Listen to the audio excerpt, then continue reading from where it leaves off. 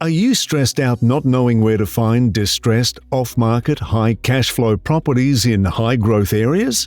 What about the best strategy to build a wealth-generating portfolio? Look no further. Dragan Domovsky of Buyers Agency Australia can help. With over 20 years of experience as a property investor, Dragan is a qualified property investment advisor and expert buyer's agent, so he knows how to find the best deals and negotiate for his clients. Right now, he's offering a free 45-minute strategy session to get you started, normally worth $500. Text the code BAA along with your name and email address to 0405 105074. That's 0405 105074. And take advantage of this offer. Take control of your financial future today. This is a Momentum Media production.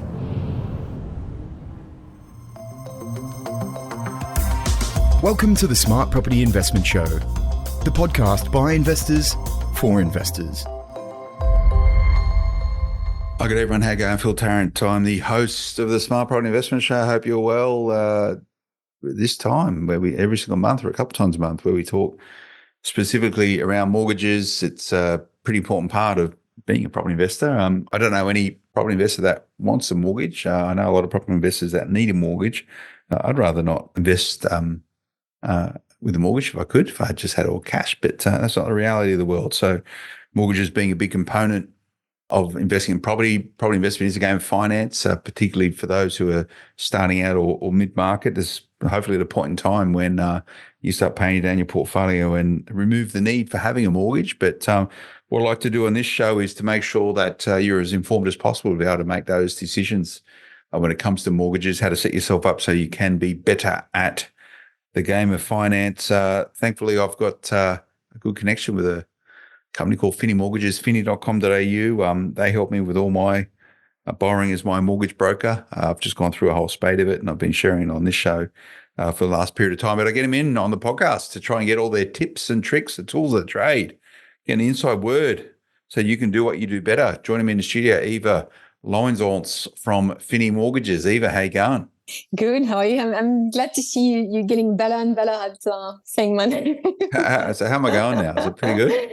It's getting there. Not there yet. Yeah, not there. Anyway, it's one of the ones it's really funny. Every now and then I struggle with some words, and it's just one of them that what I've found is that it's easy to just say it really quickly now, and then people just think I sound French. But no, I do miss. I've been to France for a long time. When was the last time you were back in France? A year and a half ago. Okay. You're from Paris, right? No, actually I was from Brittany. Are you from Brittany, are you? Yeah. Okay.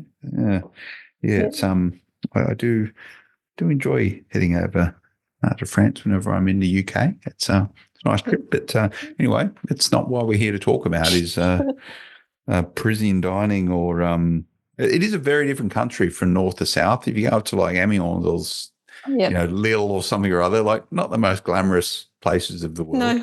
No, definitely not. Yeah, it can be a very different experience depending where you go. Yeah, that's for sure. Yeah. Yeah. But anyway, Eva, mortgages. What's going on in mortgages land? Well, look, I get a lot of questions at the moment about how to use the equity in your home or your investment, or even to start investing. So I want to do a bit of a discussion around how can that be used and what to avoid, what to be careful for, just to make sure people use that in their advantage and keep growing their portfolio or start their portfolio even. So it's all about sort of starting your portfolio, but then it's continuing your portfolio, two very different things. Most property investors own most being like a huge percentage, own between 1 and 2 properties, and pretty much they either buy the wrong property first or they don't have their finances set up in a way in which they can continue to invest in property. So you got to get the fundamentals right at the front end, right mortgage, right property. And you got to buy properties, I think, straight off the bat if you want to continue investing in property that have good capital growth. So let's talk about equity. And a lot of people are going to be out if we know all about this. We're property investors. So it's just not starting out, but it's about leveraging equity on the way through. Let's go back to absolute basics, Eva, for those listeners who are new to property investments. I quite like bringing it back to basics. What is equity? So equity is technically the difference between the value of your property and the mortgage you've got against it. That's your equity. So if you've got a property worth $1 million, the debt is 800, you've got $200,000 worth of equity. That's equity. It doesn't mean that's what you can use to invest, but that's technically your net asset. Yeah, and as you get a bigger portfolio, individual properties will have obviously an equity position, often called, I guess, a loan to value ratio. That is the difference between the value of the property and the debt you owe on it. Whatever the gap is the equity.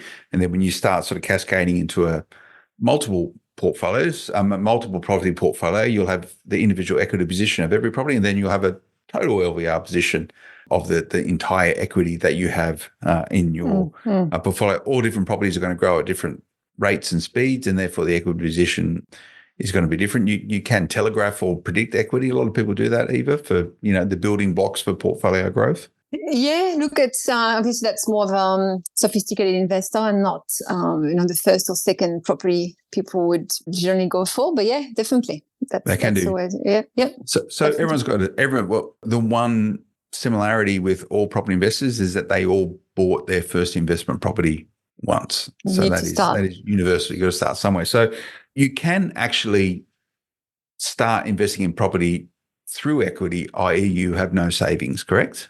Correct. So the thing I hear a lot is, well, I don't have any savings, so I can't even start. And equity is only great if you already have a property, but you actually can use the equity of somebody else.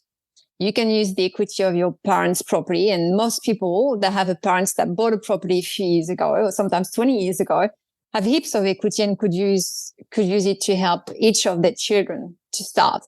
So that's the big one, is to use your parents' equity, but it's actually also possible with siblings. So if your brother or sister, has been already investing or has a property and is willing to help, that's where you can start. Okay. So you need zero, literally zero savings. You don't need anything. Yeah. But that equity will turn into money, which you therefore use as a deposit. Correct. Essentially how it works. Okay. So be nice to your mum and dad is a hot tip. And even your brother or sister is another hot tip. I don't know how many siblings would be readily and able to start releasing equity out to their brothers. Look, I've actually done a few, and often it's unfortunately after separation and divorce. Okay. Where, somebody wants to start again after their house has to be sold. And I find that's quite useful. And it's not forever. As soon as the value of the property has grown enough that the loan is under 80% of the property value, the pledge is released. So it's only for a few years. And you don't have to give any cash to your brother or sister. It's literally just equity in your home. So it's a really good way to help without putting a financial stress on your money. So can you explain how that works? So it's a pledge. So you don't actually pull the money out of your parents' property or home loan. It's their pledge to underwrite the cost of the deposit. How does it work? So it works in a way that basically the borrower will borrow 110% of their property value. So if you buy a property, let's say for $1 million, you would get a loan for 1.1, secured by the place you're buying, but also by your parents' property. Okay. So it's a security pledge. It's not a guarantee. It's not that they have to pay the mortgage. It's a security pledge. So technically, if it goes wrong, parents are up for selling their property as well, right? So is it a second mortgage on your parents' home? Yes, correct. So it's registered as a second mortgage on your parents' home. Yeah. And that's the only time crossing properties, because it is crossing properties in this case, is to me quite valuable. And whichever lender you're using to finance a new property, does it need to be the same lender as what your parents are with? No. So you have a primary lender which has the original mortgage on your parents' property, and then there'll be a secondary lender against it, and they can't block that. They can go, no, I don't want anything to do with it. It's really because it's tying up the equity position and therefore compromising the value of your parents' property potentially if they had to get sold. Yes, it is a second mortgage. So technically, it's rare that the first mortgagor would refuse that, because it still would be first, to get their hand in the pie. But it can happen, and I've had to remove or refinance the parents' property to make it work. Okay. So you pretty much say to your parents, hey, I want to use some of your equity. You just need to make it available to me. I'm going to take this debt over here. Part of it's going to be connected with your your property, which could potentially tie them up from doing their own things. So that's going to be considered a liability on your parents' property. So they might slow down their personal investing journey if you do that, right? Yeah, there's definitely things to consider. But if you look at it from, as a parent, I think it would be great to get, you're 20 years old or 18 years old, even started right away with just equity, and you don't have to actually give them any money.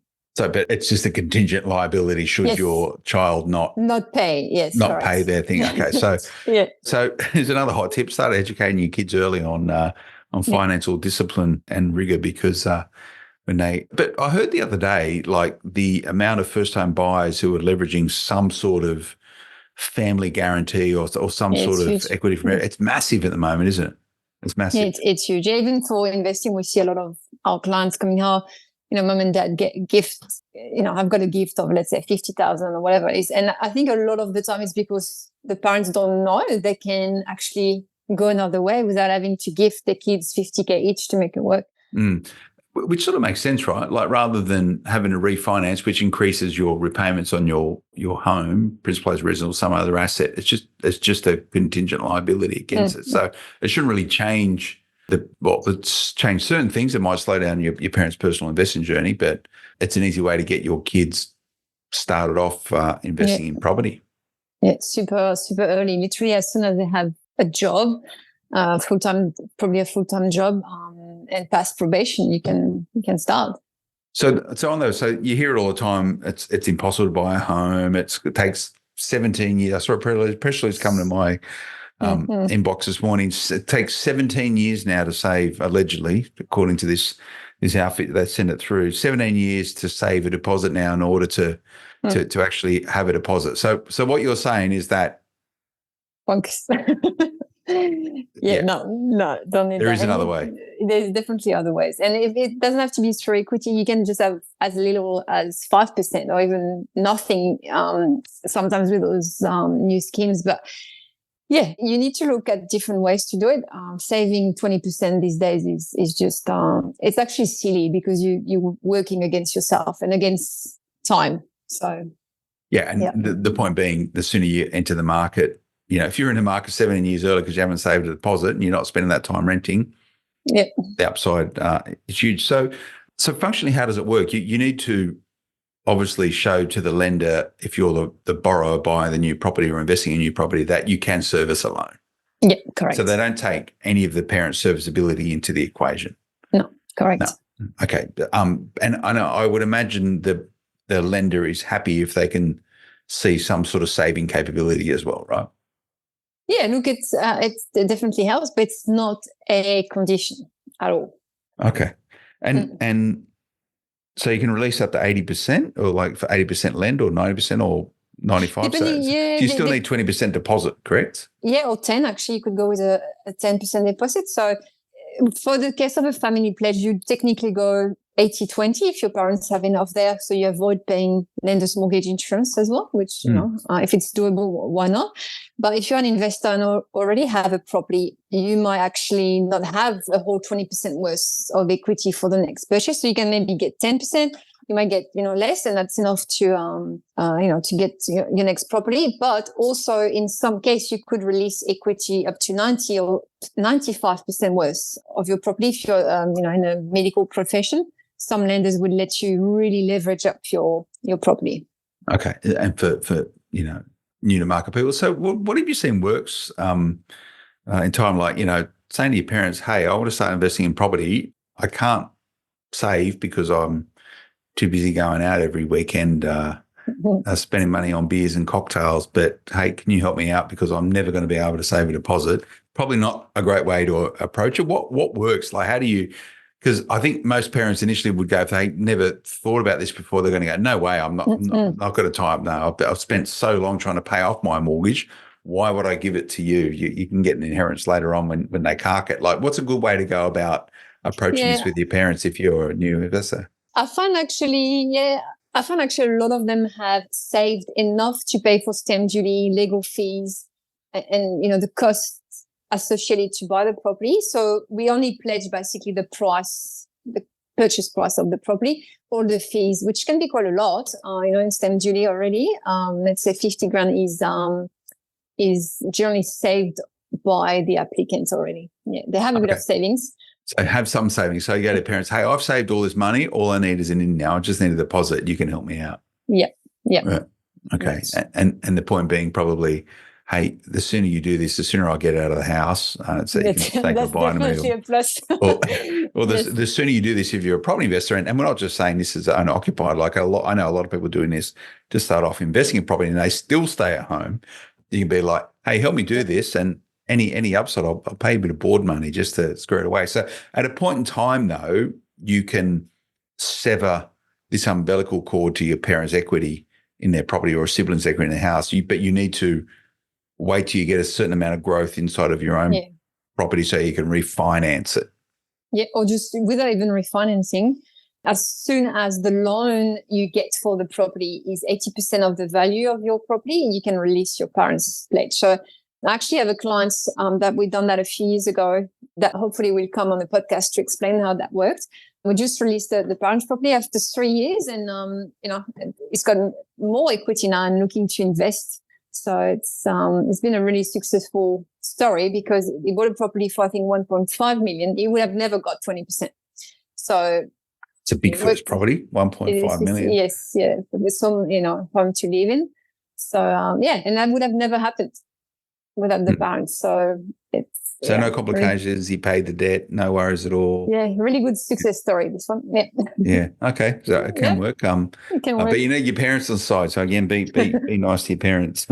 It's important. But if they don't know about it, it's probably worthwhile educating them. Tell them, listen to this podcast. We chat about this a little bit. So lots of info around it, but it's just not entering the market. And you probably only need to do it once, right? You're not going to keep going back to your parents to say, hey, Can I have more equity? I'm going to do it again. It's a start to create your own equity. And then that should be something you can capitalize on yourself in order to keep investing properly. We'll have a chat about that. We'll just go to a quick break. Stay with us, back in a moment. Welcome back. Phil Tarrant from the Smart Property Inception Show, Investing Inception. So maybe it is property inception. I'm sure there's a riddle wrapped up in a myth, wrapped up in some sort of complicated scenario. It probably is property investment, particularly when it comes to equity. But Eva from Finny Mortgages, finny.com.au. So you can get a start by using your parents' equity, so borrowing someone else's equity essentially from their benefits investing in property. But then you can use your own equity to invest in property, so still not having to save any more money for the purpose of deposit. However, no doubt you're still going to have to pay all the costs associated with the acquisition of a property, or your conveyancing fees. Yes and no. You could actually borrow equity to pay those fees as well. Let's talk about this. Tell me about it. How does it work? Yeah, so literally, if you're an investor and you purchase your home or you purchase an investment property already, regardless how maybe you use your parents' equity in the first place, but that doesn't really matter. The thing is to get valuations on your properties every now and then, so you can see what's available. The trick here is you can get very different valuation depending on the lender you go and ask the valuation from, and it can be huge sometimes, like hundreds of thousands, 10-15% variance depending where you go to. So I guess if you really want to invest and it's not good enough what you got, just keep going and ask for maybe another lender to look at it. There are a few that we know are very generous with their valuation. So that's something you need to look at. The other thing is that I hear a lot of people saying, hey, the house down the road just sold for 200K more than I think mine, is worth. It might just be sold, but it needs to settle. Otherwise, it doesn't show in any report. That it's not a comparable yet. The sale could fall through still. So you probably have to wait 2 months before you actually can use that as a comparable for your property. And I think people forget this. They jump the gun too quickly, and then the valuation they get isn't as high as they thought it would be, and they feel a bit stuck, and they wait another 6 months where they could have just waited 6 weeks to get it done. So how hard is it to get a bank valuation on your property? Who pays for that? As brokers, we get quite a few freebies, so definitely looking at chatting to your broker with that. Okay, so speak to your broker and say, hey, I'm thinking of refinancing this. Can you go and is the first step to go and get a valuation so you know what it's worth, or do you need to choose a lender first, put an application in, and then do do a No, we can do valuation? it. We can do it upfront without any applications, which is great because otherwise you would lodge application and get everything assessed for nothing if it comes to short. So yeah, we can do it upfront. So And do lenders get annoyed when you get a valuation and they pay for it? If you don't go ahead with it, obviously someone's got to pay the value. The bank wears that, do they? yes, correct. Yeah. Okay. Do they get annoyed? The banks get annoyed? Yeah, if you they keep can. They asking can. valuation? They can. Yeah. So it's we can't order like 20 evaluation for the same property, but I think it's fair to do it 2 or 3 times to see where it would work best. And should you sort of get valuations just for vanity and going, oh, it's going up, maybe I'll do something? Or do you think you should be, hey, I'm actually going to tactically use this as an opportunity to get a valuation with a view to extract equity to keep buying? There's no use getting valuations if you don't intend to do anything with it, right? Yeah, I guess you could be curious, and then you can actually get close-ist valuations through internet. Realestate.com give a good, accurate average of each suburb or the property, so you can get a good, I guess, idea of what it's worth. But yes, doing valuation just for the sake of it is not helpful. Yeah. Yeah. Okay. All right. So you've got a valuation and you work out you got some equity. Yep. What do you do with it? So then it's just a matter of working out, okay, how much do I have there? And technically you need a good $80,000 to $100,000 to go again. It could be that you've got 40 in one property, 30 in the next, and 10 in the third, and that's enough to keep going. It doesn't have to be in one property. Yeah. So that would mean multiple refinances across all those different properties to raise enough money from the equity in each of them to buy another property. Yeah. So depending if you got a good valuation from the lender you already are with, it's just a top up. So it doesn't need to be a refinance. But if the valuation wasn't good enough and you need to go with a different lender, then yes, it's a refinance and then a top up on with it. So how do you just top up then? So this is a good point. So rather than having to refinance to extract the equity with a current lender, if you've been with them for a while, you can just say to them, hey, I want to pull some money out. Yeah. So you just increase the current loan. They just change it. Yeah. Yep. How much paperwork's involved in that? It's the same as a normal application. Okay. So it's another whole application. Yep. Yeah. Okay. That sounds hard work. So sometimes it's best to, why would you stay with a lender then and just top up the loan versus refinancing with another bank? Often you can get cheaper pricing if it's a new loan, right? Yeah, correct. So it depends on circumstances. Sometimes some investors, they're stuck with one bank because of, there's no financials or it's a low doc, whatever it might be. But otherwise, yes, it's very often more beneficial to refinance at the same time. Yeah.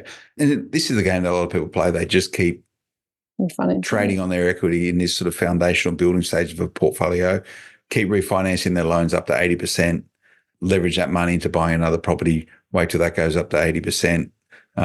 Refinance again and again and again. And that's what we built our portfolio in many ways by doing that. Smart property investment portfolio, I think we started off with I'm going to try and remember, maybe a couple of $100,000, $250,000 in cash to create a portfolio, which ended up being about sort of 18 or 19 properties.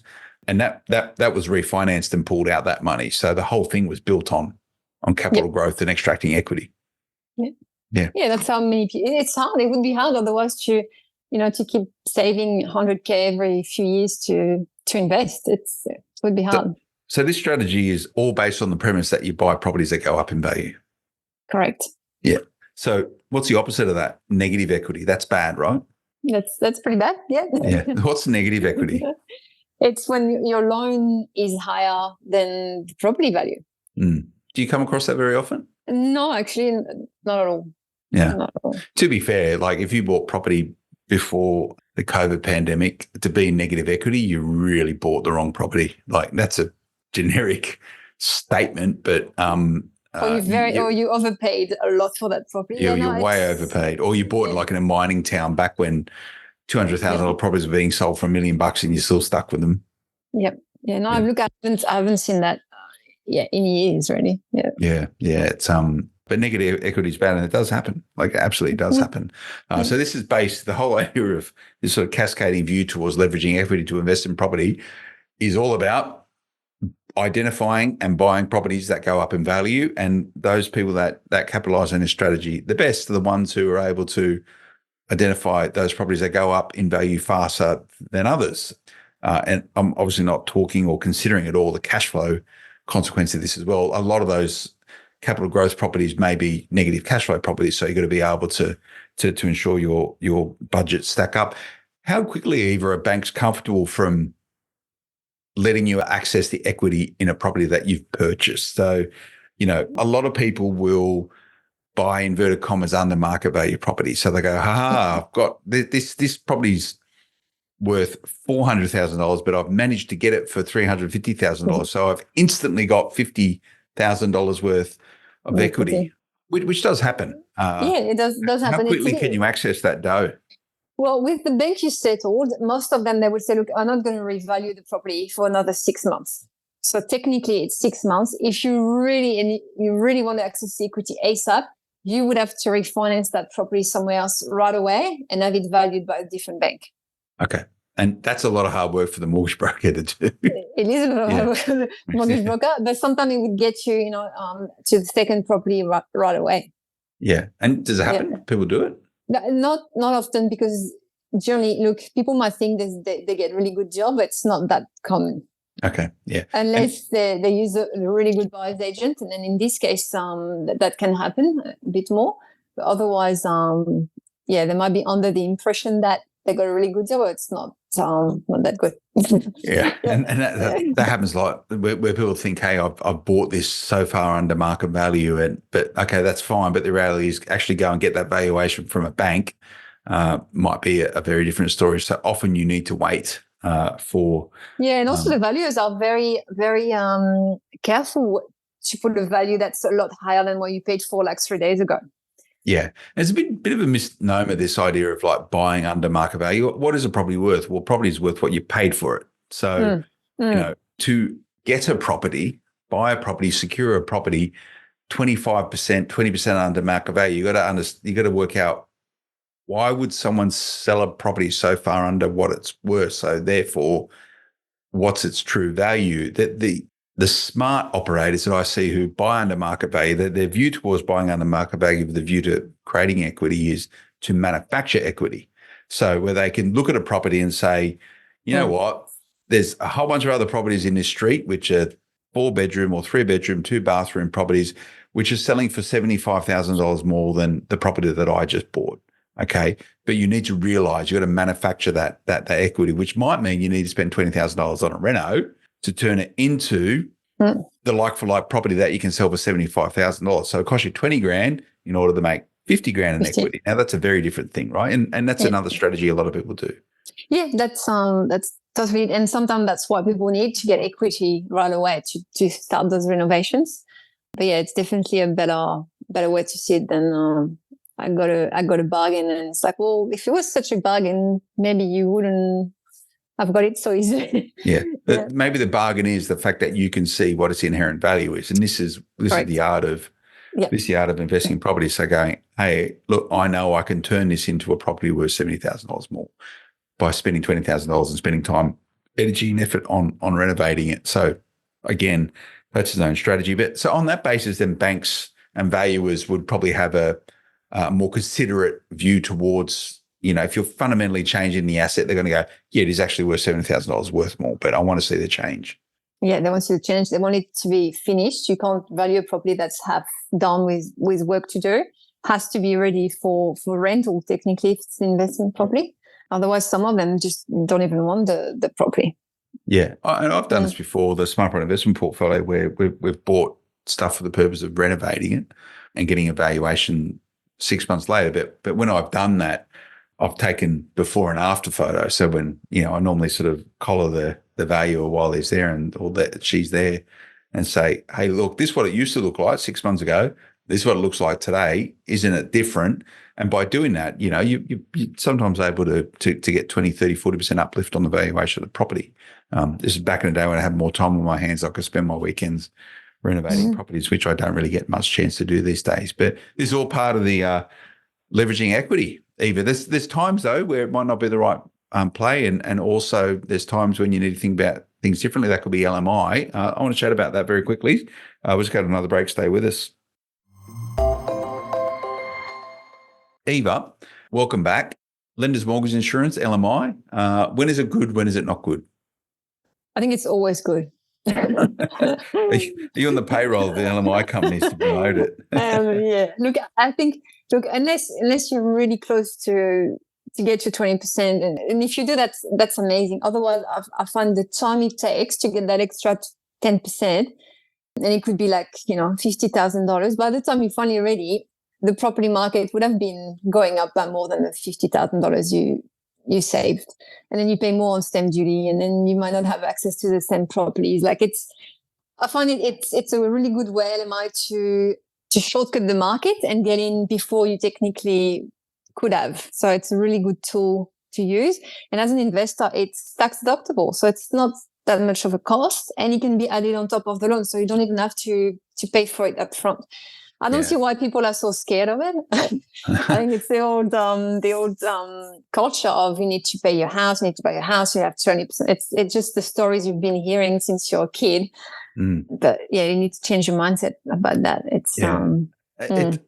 I've used LMI before, and what Eva there is talking about is called capitalizing against the loan. So say if your LMI is $10,000, just use really easy. Say your loan is $200,000 and the LMI component in order to buy at a higher LVR is $10,000. That means your loan will be $210,000 that you pay off over time. So essentially, you pay off LMI in lockstep with the loan. Essentially, just increases the principal amount of your loan. So by doing that, if you're sort of at 90%, that means your loan to value ratio might be 92%, right? Once you include the LVR into it. But I just described to your view towards LMI as an enabler. I remember when I used to do a lot of work with lenders, mortgage insurance companies, they'd be like, people don't want to pay an insurance policy, they didn't choose a lender. I'll just wait until I save up deposit. And the point was always, if you're buying the right properties in the right markets that have capital growth or inherent capital growth or will continue to grow, that's going to grow a lot faster than the idea of saving that deposit. So you get into markets earlier, and you might even be able to therefore get into different markets as well. So rather than doing putting a 20% deposit in a location where properties are cheaper, you might be able to do a 10% deposit in more value. A good location, So it's a good thing if it's used correctly. So it is tax deductible, and there's other stuff is tax. So other stuff's tax deductible is like a buyer's agent, right? Like this is not advice by any means, and obviously you've got to speak to your accountant around this sort of stuff, but you can use any of the equity that you are pulling out of you can use the equity that you're pulling out of any of your properties to pay for all these other ancillary property transactions. For these fees. Yep, but correct. A lot of the times, though, the lenders will say, what are you going to do with this money? Why do you need it? And you need to give a cause for, need to give a purpose, I think they call it. Yeah, so depending the amount, I guess you're getting under $100,000, no one's going to ask questions. And if you go over that, depending on the lender, some will just say, okay, what is it for? You might just say, look, it's for future investing, or it's for whatever it might be. Some of them will actually ask for some sort of evidence where it's going, a bit of details like, okay, it's 100K for this property, 20K for renos.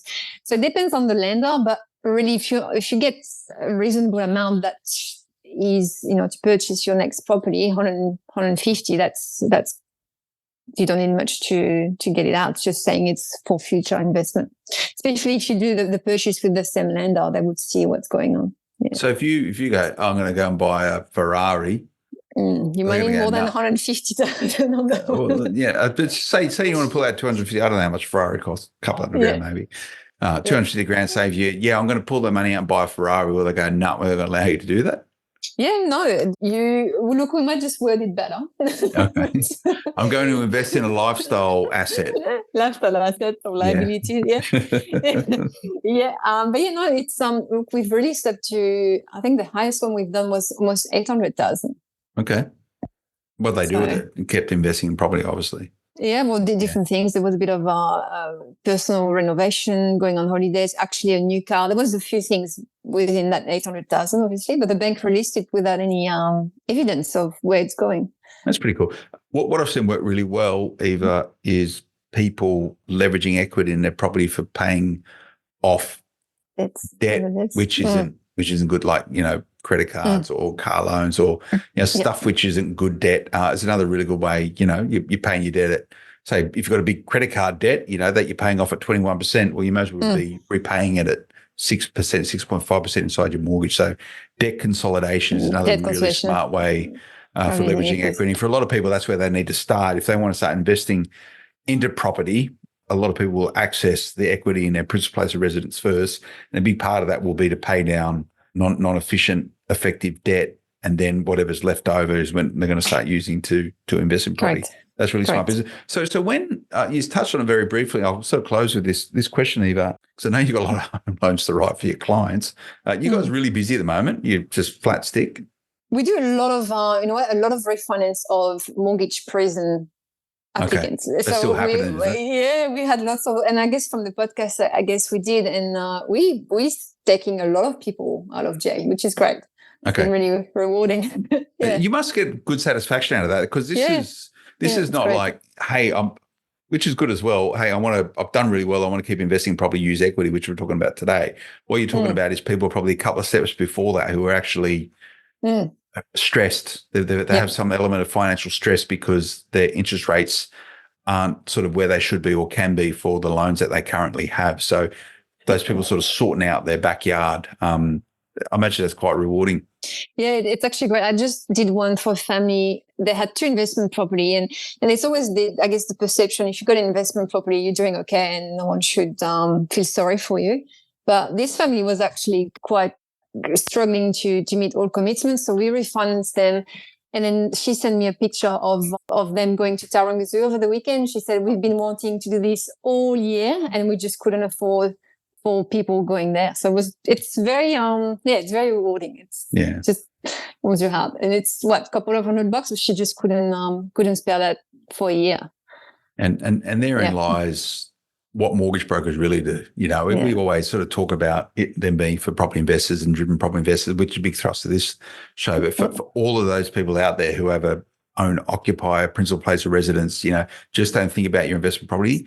A lot of your wealth is tied up in and around your principal place of residence. So you want to be making sure, and the debt on that is not tax deductible. So you need to make sure you got the best loan you possibly can around it. And the question I was going to have, Eve, was around cross-collateralizing loans. And you spoke, it's okay if it's, if it's to use a pledge from a family, if you're starting off to try and get that equity. But, and again, this is not tax advice or advice in any means. It's just a general conversation around it. You need to speak to your accountant or other licensed, trained financial professional to help you with this sort of stuff. Not always the best idea to cross-collateralize properties, particularly if you're looking to use equity as a gateway for building your portfolio. Yeah, that's right. And we see it all the time. And a lot of what we do is uncrossing when we refinance. So really crossing properties is to have, let's say you buy your new property for, let's say 500,000, and instead of getting 2 loans, one to get the equity out of another property and one for the new loan, you would get a loan for, let's say 520 to cover all costs, secured by your new property and one others that you had before. So then it's all linked. If you want to sell one, you're going to struggle. If you want to access equity again, it's all mixed up. So it's really something to avoid. But unfortunately, a lot of people don't even realize it's happening until they go again and they want to do something again. So really, you should make sure that when you speak to your broker or the bank that you ask for an equity release on your current property and then the rest of the loan on the property you are purchasing, and do a split 80-20 or whatever it might be, depending on your situation. Just make sure it's not all into one. Okay. Well, some sage counsel there, Eva.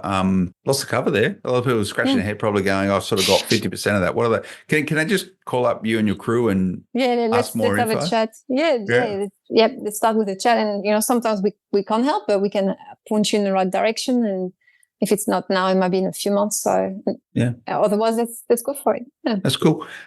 Best way to get in contact with you guys? Yeah, so on our website, fini.com.au, there is a box there to put your details to book an appointment. Okay, there you go. That sounds pretty easy.